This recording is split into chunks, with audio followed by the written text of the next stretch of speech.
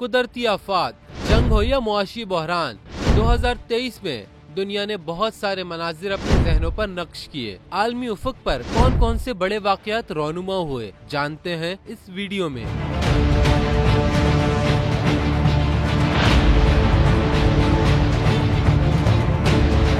6 फरवरी को जुनूबी तुर्किया और शुमाली शाम में आने वाले 2 ताकतवर जलजलों ने तबाही मचा दी। तुर्की के 10 सूबों में मजमुई तौर पर 40,000 से ज्यादा अमवात हुई, जबकि हजारों अफराद जख्मी हुए। शाम में भी तकरीबन 6,000 अफराद इस कुदरती आफत में लुक़्मा अजल बने। 24 फरवरी को रूस की जानिब से यूक्रेन पर किए जाने वाले बड़े हमले को 2 साल मुकम्मल हो गए। रूस नेटो में यूक्रेन की शमूलियत का मुखालिफ है। इस हमले का मकसद भी यूक्रेन की अस्करी सलाहियत का खात्मा था। दुनिया पर राज करने वाली मलका एलिजाबेथ के इंतकाल के बाद शाह चार्ल्स स्वयं ने तख्ते बरतानिया के शाही ताज सर पर सजा लिया। 6 मई 2023 को 74 साल शाह चार्ल्स बरतानवी तख्त पर बराजमान होने वाली 40वीं शख्सियत बने। 18 जून को बहरा ओकियानूस में टाइटैनिक का मलबा दिखाने के लिए समंदर की तह में जाने वाली आबदोज टाइटन हादसे का शिकार हो गई, जिसमें 5 अफराद लुक़्मा अजल बन गए। साल 2023 में सोशल मीडिया पर बड़ी तब्दीली उस वक्त आई जब माइक्रो ब्लॉगिंग वेबसाइट ट्विटर के मालिक एलॉन मस्क ने कंपनी का तारीखी लोगो तब्दील कर दिया। ट्विटर पर परिंदों की जगह अब एक्स ने ले ली है।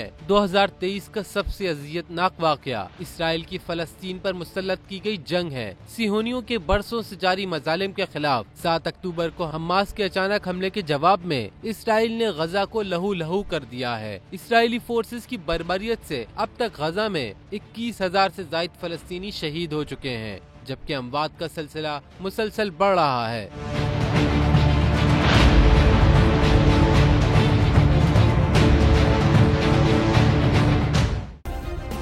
सब्सक्राइब करें और बेल दबाएं ताकि कोई खबर रह न जाए।